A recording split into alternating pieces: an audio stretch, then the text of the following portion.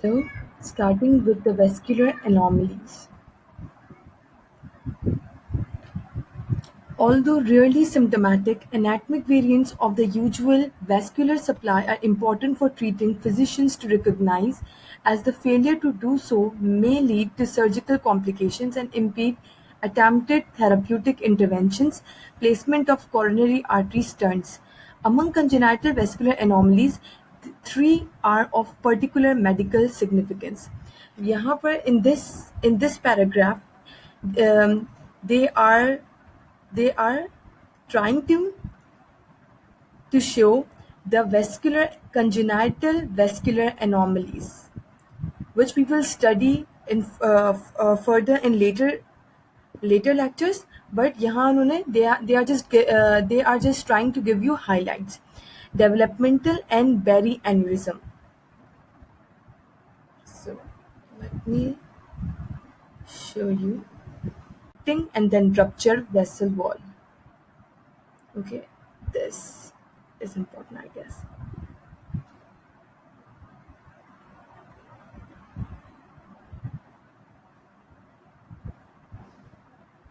Here it is. This.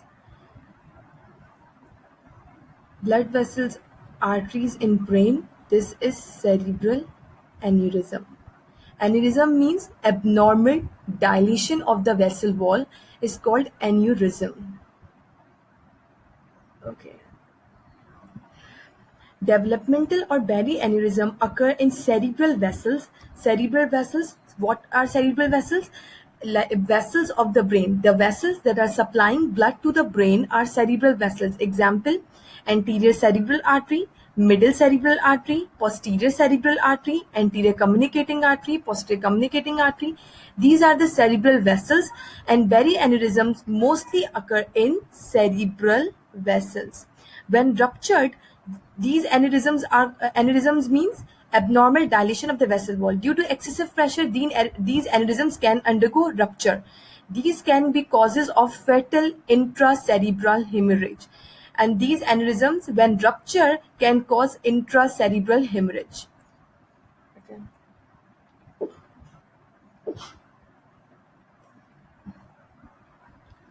Then second is arteriovenous fistulas. Arteriovenous fistulas are direct connections, usually small, between arteries and veins. Normally, there between arteries and veins, there is a communicating capillaries are present. Normally, arteries और veins के बीच में capillaries होती हैं, जैसे यहाँ पर है, these are arteries and then these are veins, in between these are capillaries. But what are arteriovenous fistulas? Arteriovenous fistulas are direct connection between arteries and veins that bypass the intervening capillary bed. They occur most commonly as developmental defects, but can also result from rupture of arterial aneurysm into adjacent veins. What they're saying, but can also result from rupture of arterial aneurysm into adjacent vein.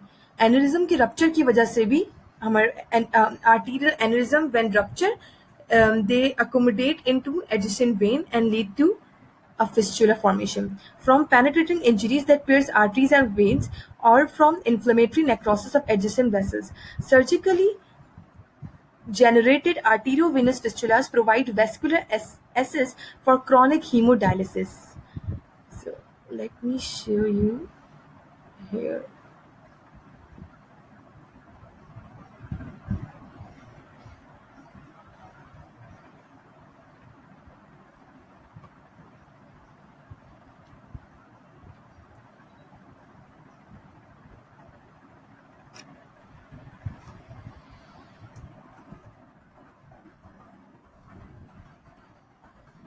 Venous fistula.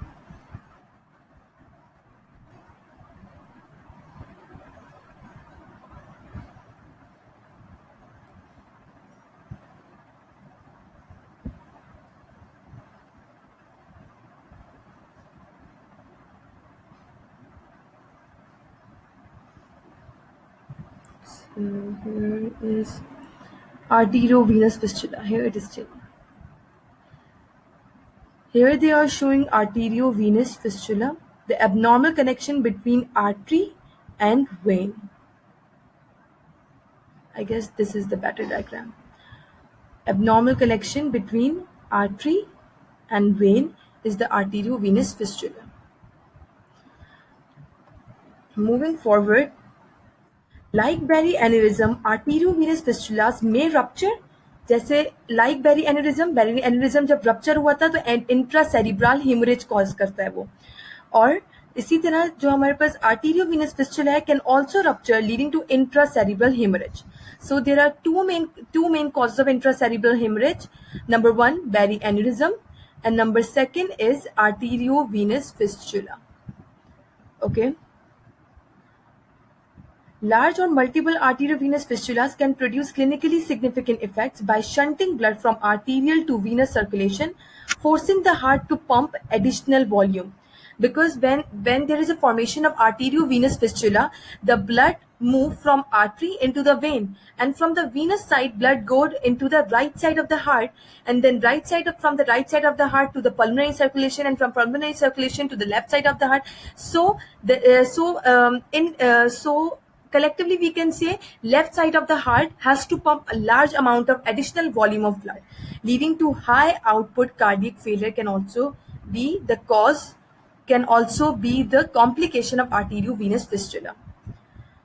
Moving forward, fibromuscular dysplasia is a focal irregular thickening in the medium and large muscular arteries. I have already explained muscular arteries. Medium-sized muscular arteries, the arteries that have high amount of smooth muscle present in the media, are called medium-sized muscular arteries. So what is fibromuscular dysplasia? Fibromuscular dysplasia is a focal irregular thickening in the medium and large muscular arteries, including renal, carotid, splanchnic, and vertebral arteries. The cause is unknown but is probably developmental.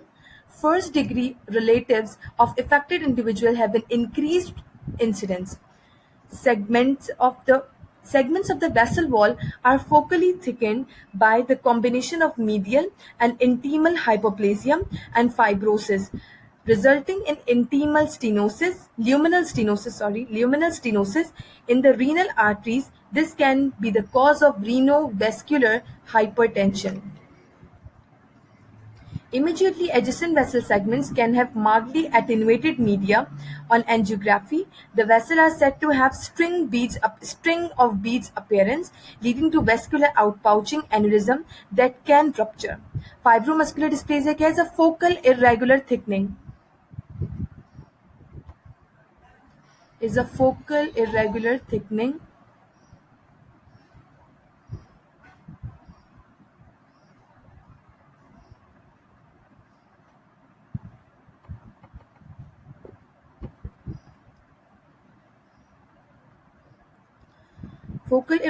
Fibromuscular dysplasia is a focal irregular thickening in the medium and large muscular arteries that can lead to aneurysm formation, outpouching, weakening of the vessel wall, and that can rupture. Fibromuscular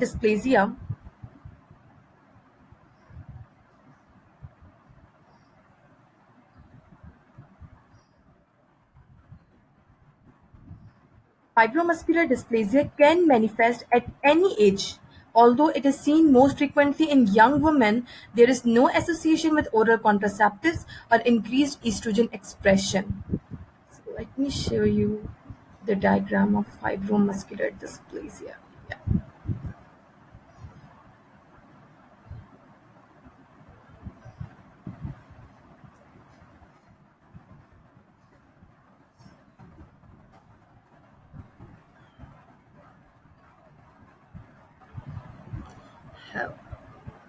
So here, fibromuscular display, they have already said that string of beads appearance होगी vessel की. The fibromuscular dysplasia में abnormal thickening of the vessel wall. Here you can see fibromuscular dysplasia in the string of beads appearance that lead to stenosis of the vessel, narrowing of the vessel lumen. Here they are showing the fibromuscular dysplasia of the renal artery that lead to string of beads appearance and narrowing of the vessel lumen, stenosis.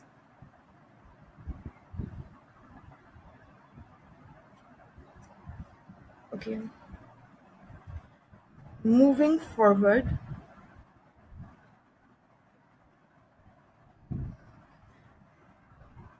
vascular wall response to injury. So in this topic, we are going to study about how the vessel wall responds to injury.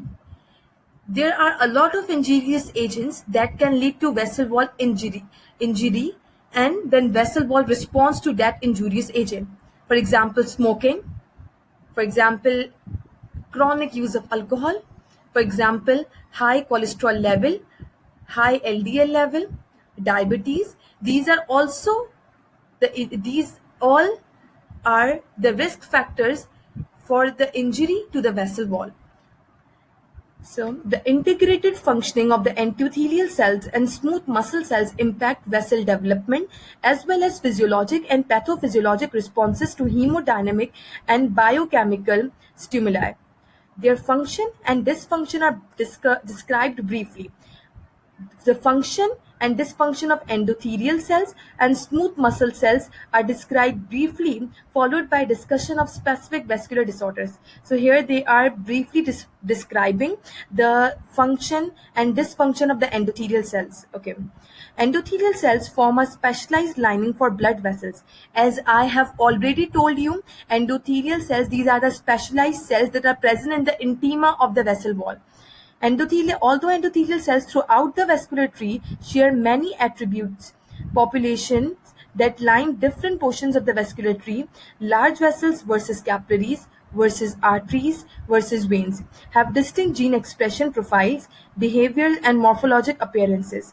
Thus, endothelial cells in the liver sinusoids or in renal glomeruli are fenestrated. They have holes presumably to facilitate filtration, while central nervous system endothelial cells along with associated perivascular cells create an impermeable blood-brain barrier. So here they are explaining that endothelial cells of the vessels that are present in the central that are present in the liver and kidney, they have holes, they have fenestrations, while the endothelial cells of the central nervous system do not have fenestrations, do not have holes, and they are impermeable and form a blood-brain barrier.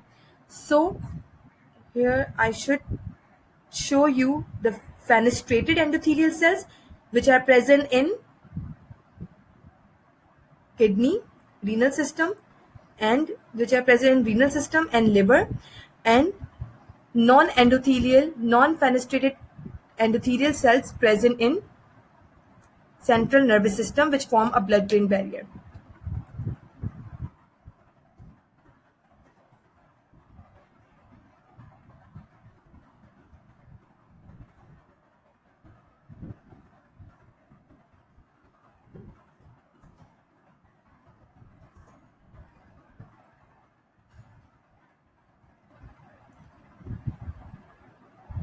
So this.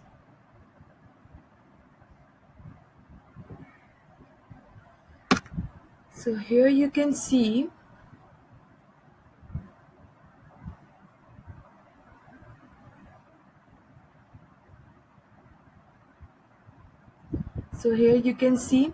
non-fenestrated endothelial cells.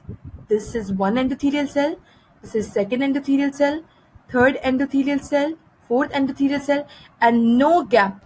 Intercellular cleft is absent. No fenestrations are present. So these types of non-fenestrated endothelial cells are present in central nervous system, and they form a blood-brain barrier. Whereas fenestrated endothelial cells, the gap, you can see the gap in between endothelial cells. Fenestrated endothelial cells are present in liver and kidney, GIT, endocrine glands. Okay.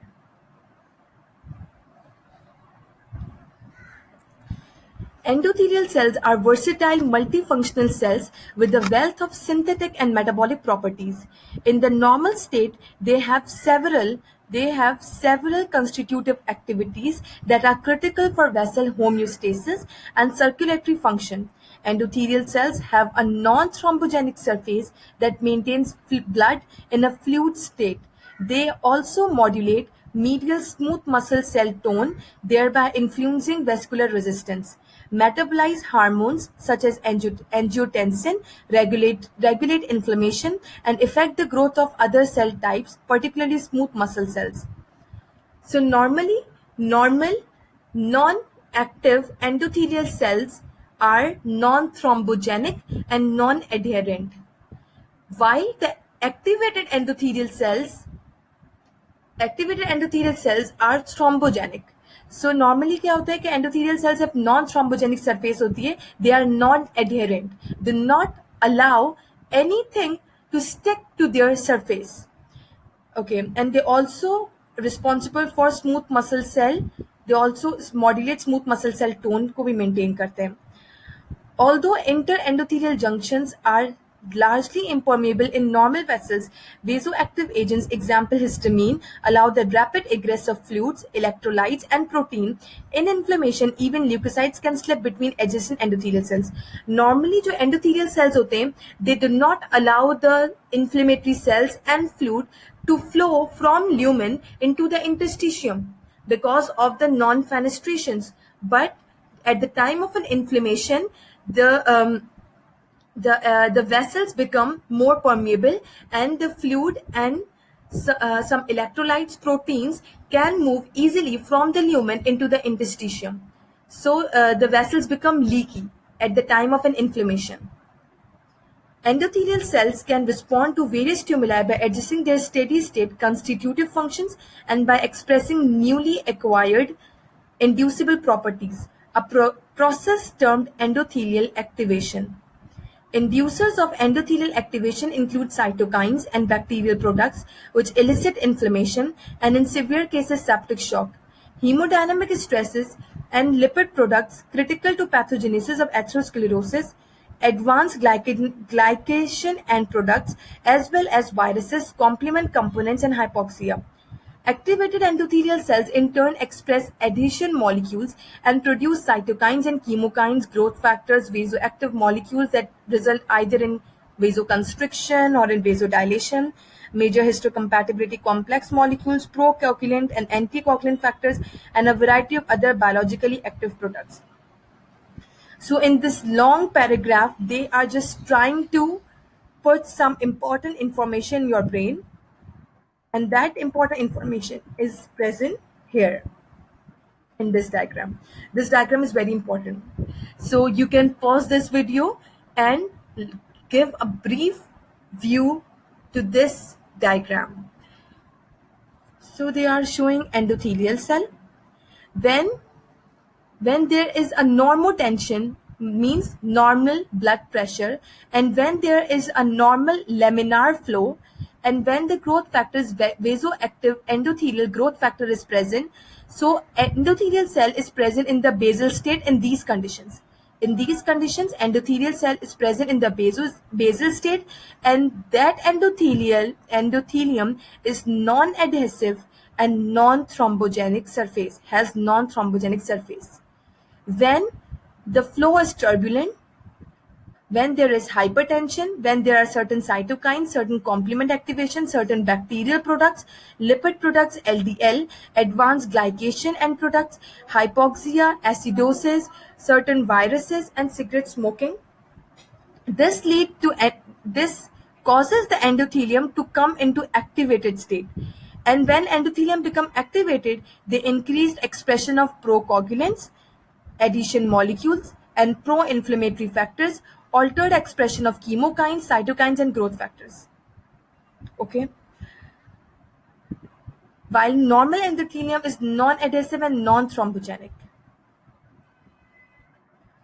Basal and activated endothelial cell states यहाँ पे show की हुई हैं. Normal blood pressure, laminar flow, and low growth factor levels promote basal endothelial cells state that maintains a non-thrombotic, non-adhesive surface with approximate vascular.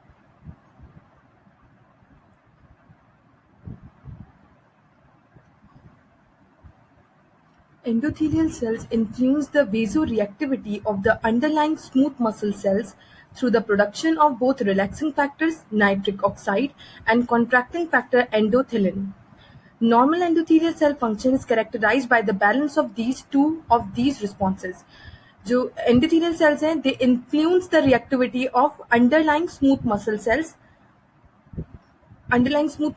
present in the media of the vessel wall through the production of both relaxing factor produced करते हैं endothelial cells, nitric oxide, and contracting factor endothelin.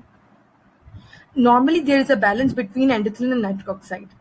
Endothelial dysfunction refers to alteration in endothelial phenotype seen in many different conditions that is often both pro-inflammatory and pro-thrombogenic. When here they are trying to explain when there is when there is a inflammation, or when there is any injury in different conditions, when there is an injury to the endothelial cell, endothelium, then endothelial cells become pro-inflammatory and pro-thrombogenic. It is responsible, at least in part, for the initiation of thrombus formation, atherosclerosis, which is the hardening of the vessel we will study later in our lectures, and the vascular lesions of the hypertension and other disorders. Certain forms of endothelial dysfunction are rapid in onset, within minutes, reversible, and independent of new protein synthesis. Example, endothelial cell contraction induced by histamine and other vasoactive mediators that causes gaps in venular endothelium. Other changes such as upregulation of adhesion molecules involve alterations in gene expression and protein synthesis and may require hours or even days to develop. Vascular smooth muscle cells are predominant cellular element. Now they are explaining the vascular smooth muscle cells. First they were explaining endothelial cells, and now they are explaining the vascular smooth muscle cell, which is present in the media of the vessel wall. Smooth muscle cells are the predominant cellular element of the vascular media, playing important roles in normal vascular repair and pathologic processes such as atherosclerosis. They have a very important role in atherosclerosis. Let me briefly explain what is their role in the atherosclerosis. When there is an atherosclerosis, in the formation of an atherosclerotic plaque in the intima, then vascular smooth muscle cells they proliferate and they grow into the intima. Smooth muscle cells have the capacity to proliferate करेंगे when approximately stimulated. For example, in atherosclerosis, they can also synthesize collagen, elastin, and proteoglycans. So when smooth muscle cells are activated, they proliferate and they recruit into the intima, and they synthesize collagen, elastin, and proteoglycans, and elaborate growth factors and cytokines. Smooth muscle cells are like vascular endothelial growth factor. Smooth muscle cells are also responsible for the vasoconstriction or dilation that occurs in response to physiologic or pharmacologic stimuli. They are also responsible for vasoconstriction and vasodilation. So here, let me show you the diagram. Here they are showing the proliferation of these are this is endothelium, intima. This whole is intima, and this blue line is internal elastic lamina, which separates intima from the media. These are endothelial cells, basement membrane, and this is media. Media showing the smooth muscle cells. Smooth muscle cells, when they activate it, and at the time of certain injury, they proliferate and they go into intima, where they accumulate here in the intima, and they produce certain extracellular matrix, collagen, elastin, and also produce certain growth factors. Recruitment of smooth muscle cells or smooth muscle precursor cells to intima, recruitment. Number second, smooth muscle cell mitosis. Large amount of smooth muscle cells are producing here, and elaboration of extracellular matrix.